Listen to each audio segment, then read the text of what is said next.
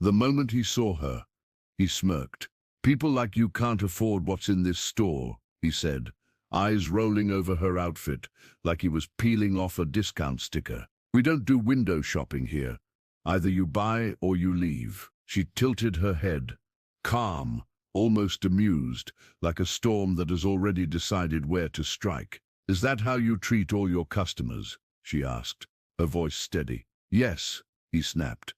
"Especially the ones who waste time." He had no idea that the woman he was dismissing owned every piece of shimmering gold behind the glass. No idea that the name engraved on the front door of the towering building belonged to her. Today, his arrogance would meet its reckoning. Today, dignity in disguise would teach a lesson.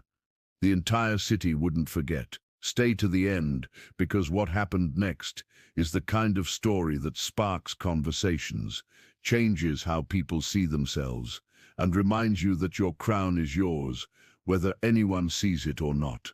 Her name was Zuri Blake, black, bold, brilliant, CEO and founder of Blake & Company, Fine Jewels, one of the fastest-growing luxury jewelry brands on the continent. But you wouldn't guess that from the way she dressed that morning. No designer dress, no diamond necklace, no heels clicking across marble floors like thunder, just a simple linen blouse, worn jeans, and her natural hair wrapped up in a scarf. The only jewel she wore was a thin gold bracelet, one of the earliest pieces she made for herself when she was still working at a friend's dining table, dreaming of a future nobody believed in. Zuri didn't wake up one day as a CEO. She built her way there, one rejection at a time, one no after another, one door slammed in her face, until she made her own door. She grew up in a neighborhood where dreams were often limited by what people could see,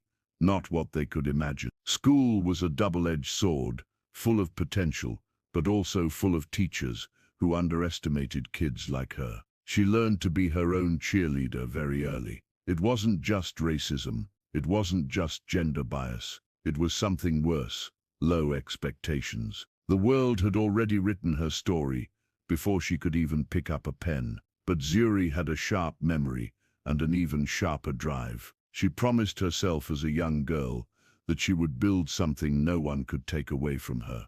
Jewelry was her love language. She loved how something small could tell a big story. How a ring wasn't just gold and stones, but a promise. How a bracelet could be confidence encircled around a wrist. How earrings could be boldness tucked behind an ear. She started with beads, then plated gold, then pieces crafted by freelancers who worked with her on faith, not salary, until she landed her first investor after pitching in a cafe where nobody took her seriously, except one woman who believed, and that was enough. Slowly her brand took shape, high quality, handcrafted, culturally infused luxury pieces, from small pop-ups to a showroom in a modest building, then a flagship store, then multiple branches, then international recognition, then Forbes, then the cover of a magazine that said, "The woman who sparkled her way to the top." But with growth came distance. Success can make people forget who you are.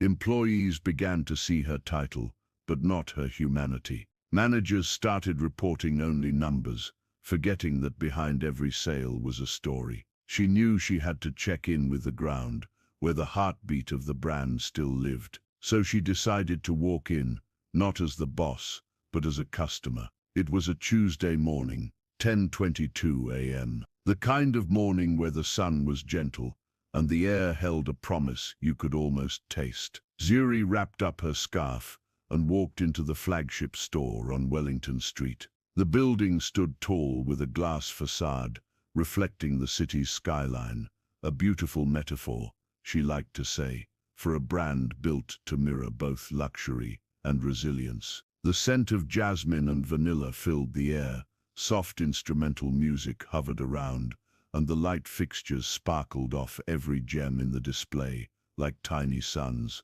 Behind the main counter was Trevor Hastings, white, clean-cut, perfect suit, perfect hair, perfect posture. On paper, he was a star hire, years of luxury retail experience, strong sales reports, and a cool demeanor under pressure.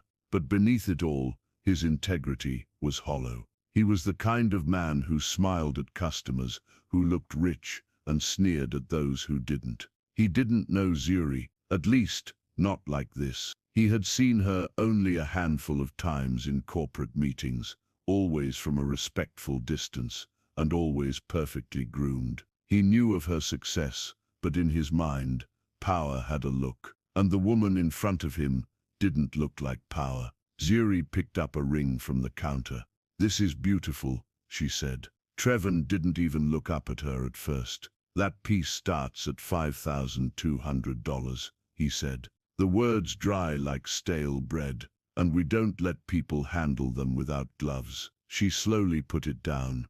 "Oh, I'm sorry. I didn't see a sign." "There doesn't need to be a sign," he barked. "It's common sense. These are luxury items." She smiled, calm, curious. "I see. Could I see a bracelet then?" "Which price range?" "I'm not sure yet. I just want to browse a little." He sighed loudly. "Look, ma'am, if you're not ready to purchase, please don't clutter the counters. We have high-end clients coming in soon. The pieces are displayed for viewing, but serious customers book appointments." She blinked slowly. "I am a serious customer." "No," he said without hesitation. "You're not. You're wearing..." "Well," he gestured vaguely at her, "let's say this store may not be for you. You might be more comfortable checking our website. We have cheaper pieces there. If the sunlight could slap, it might have." Zuri nodded. "Thank you for your suggestion, but I'd like to stay." "Do you have the Eternal Dawn collection in store?" That was her latest collection. Her design, her idea, inspired by the sunrise she chased every morning during her early struggle years. Trevon raised an eyebrow, suddenly interested. "How do you know about Eternal Dawn?" "I read about it." He smirked. "Really? On TikTok?" She didn't flinch. "That's a private collection. Only our VIP clients are invited to view it, and without an appointment, you can't access it." "Is that policy?" she asked. "It is today." Zuri smiled softly. "Interesting." Another sales associate, Mia, young, brown-skinned, polite, and visibly uncomfortable, watched it all unfold. She recognized Zuri's face. She had studied the company handbook and knew the CEO by heart. But Zuri's eyes stopped her from saying anything. That gentle, almost playful twinkle told Mia, "Trust me, don't reveal me yet." So Mia waited. "I've saved for something like this for months," Zuri said quietly. "Is there any plan I can use, or a way to pay gradually?" Trevon laughed. "This isn't a thrift store, and we don't do payment plans. Either you buy now or you don't." Mia finally spoke up. "Actually, sir, we do offer a split payment option for VIP clients or trusted buyers who have been onboarded."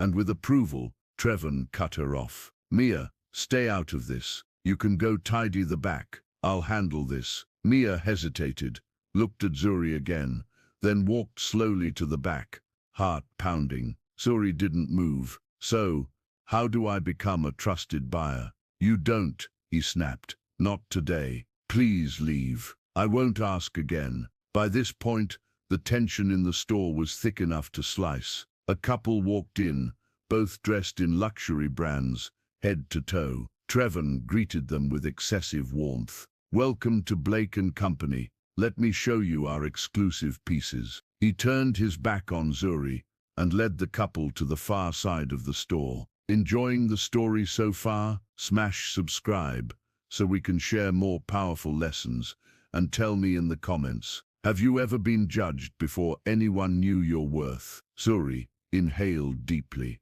She scanned the room. The brand she built with her sweat, her tears, her grit, now being represented by a man who treated her customers like trash if they didn't dress the way he approved. This wasn't just about racism.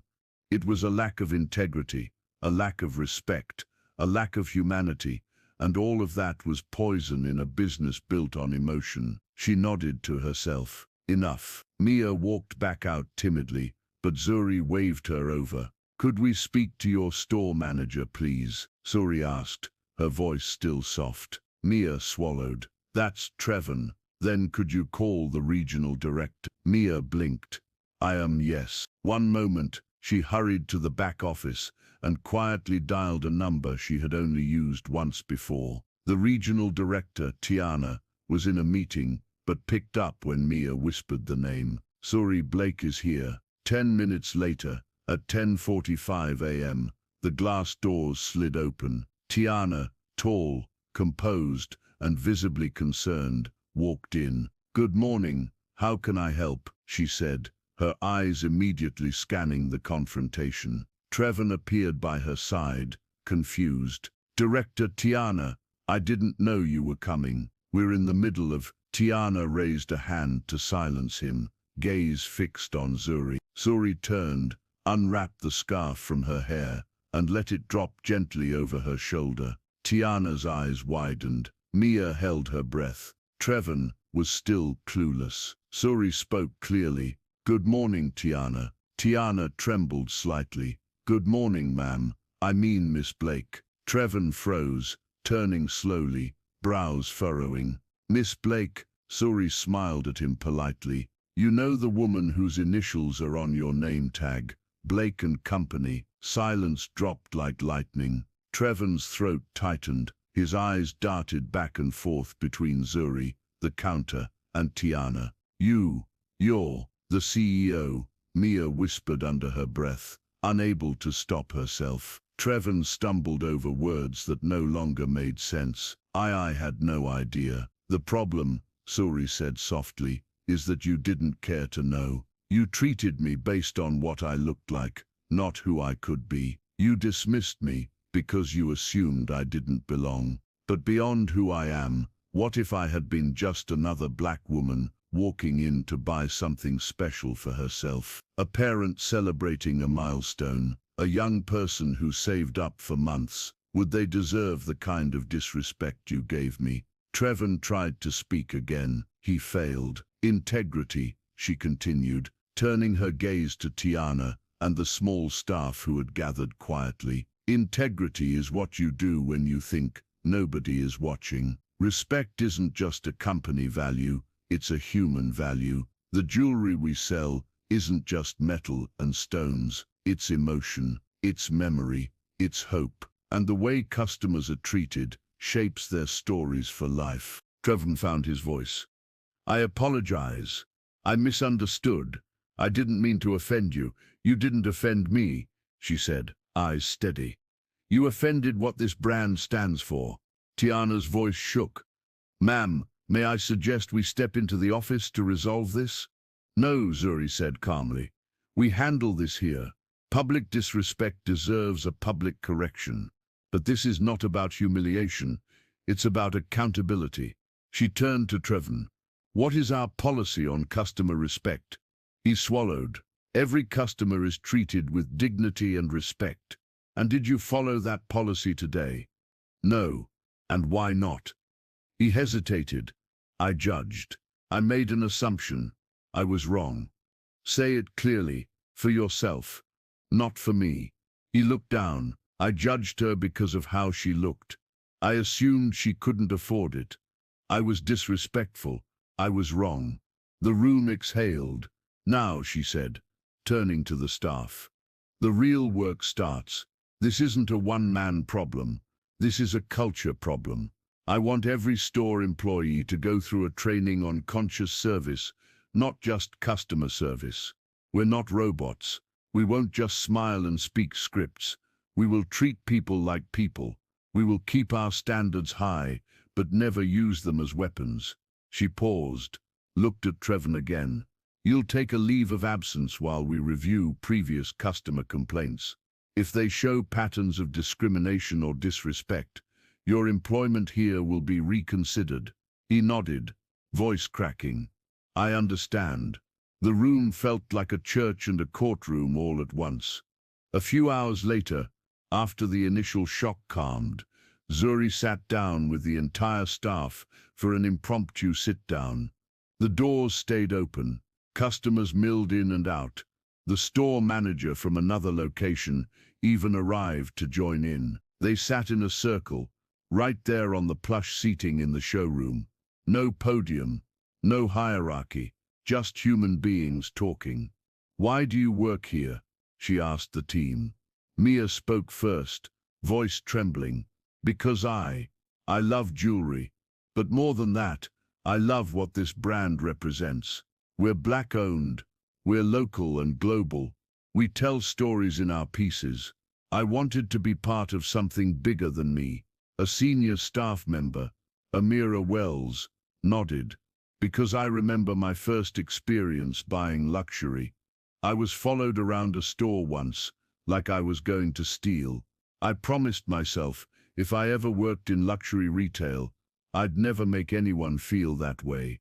Another staff member, Kendrick, said, "It's a job, but I stayed because I saw how customers lit up here, and I love that energy." Zuri listened, smiling warmly. "Good, hold on to that. That's what makes us different. Yes, our quality is high. Yes, our pieces are premium, but our soul isn't in the stones. It's in the story. It's in the way a woman feels when she walks out the door.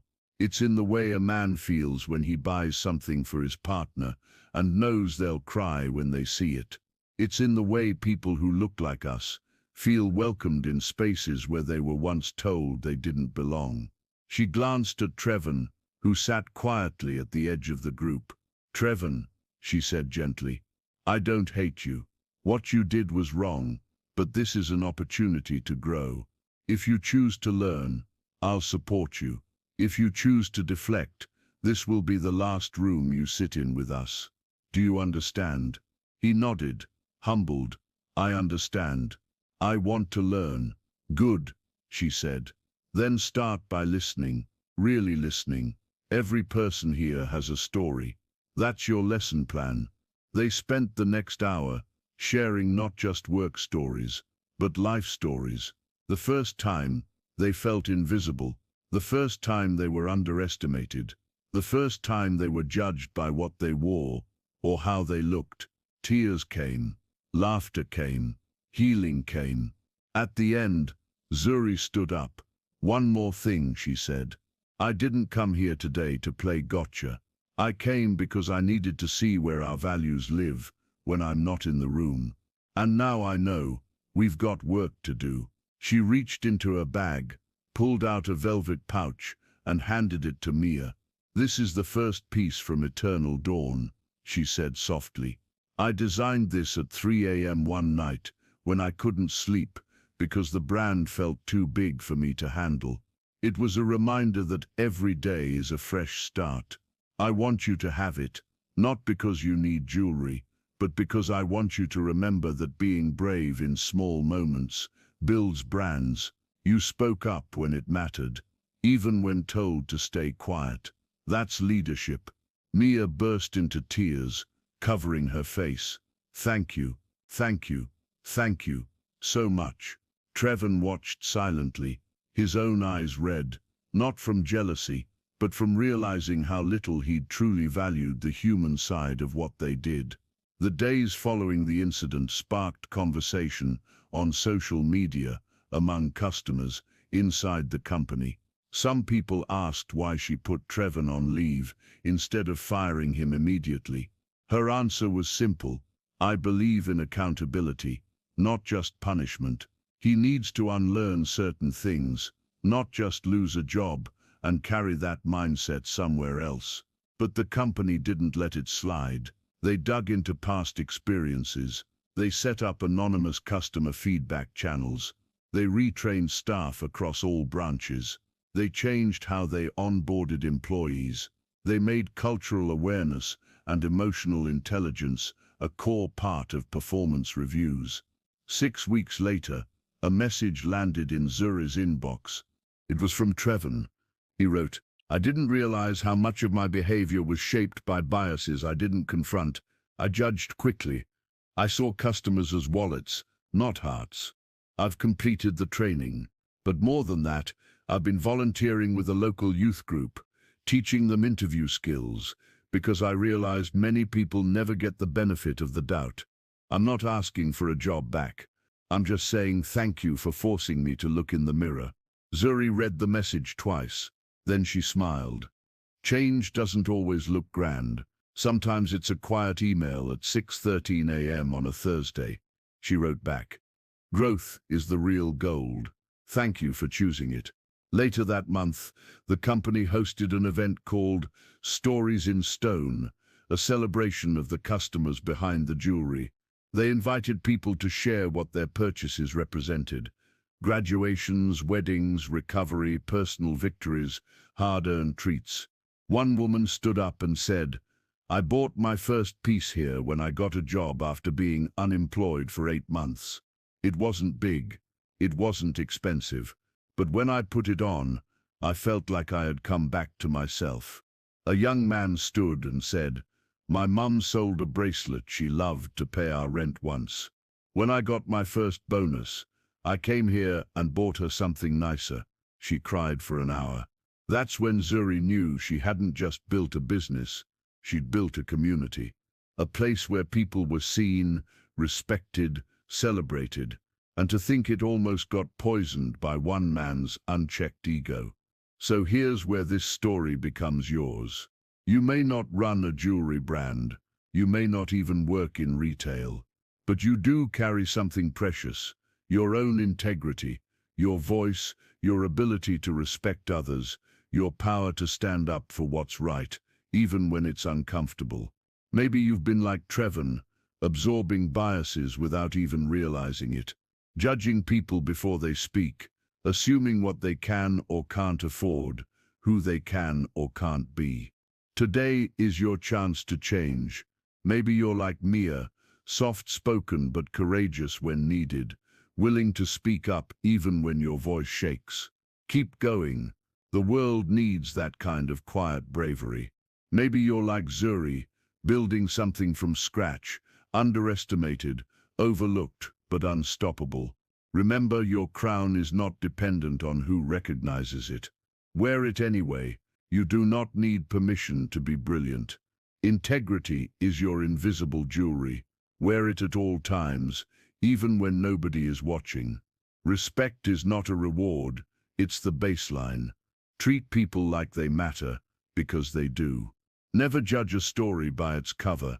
Clothes, accents, or bank balances don't define worth. Speak up, even if you're afraid. Your voice can be the turning point in someone else's story. Build a culture that outlives you, whether it's a business, a family, or a friend group. Make sure the values you care about survive when you leave the room. Growth hurts, but it heals. Accountability is uncomfortable, but it's the path to real change. Your dreams are valid, even if nobody claps. Keep building. The right people will notice when it's time. As you leave this story, remember, success isn't about the size of your office or the title on your card. It's in how you treat people. It's in what you tolerate and what you challenge. It's in the quiet moments where you decide to be better than yesterday. Be the person who looks people in the eye and sees their humanity. Be the leader who checks the culture, not just the balance sheet.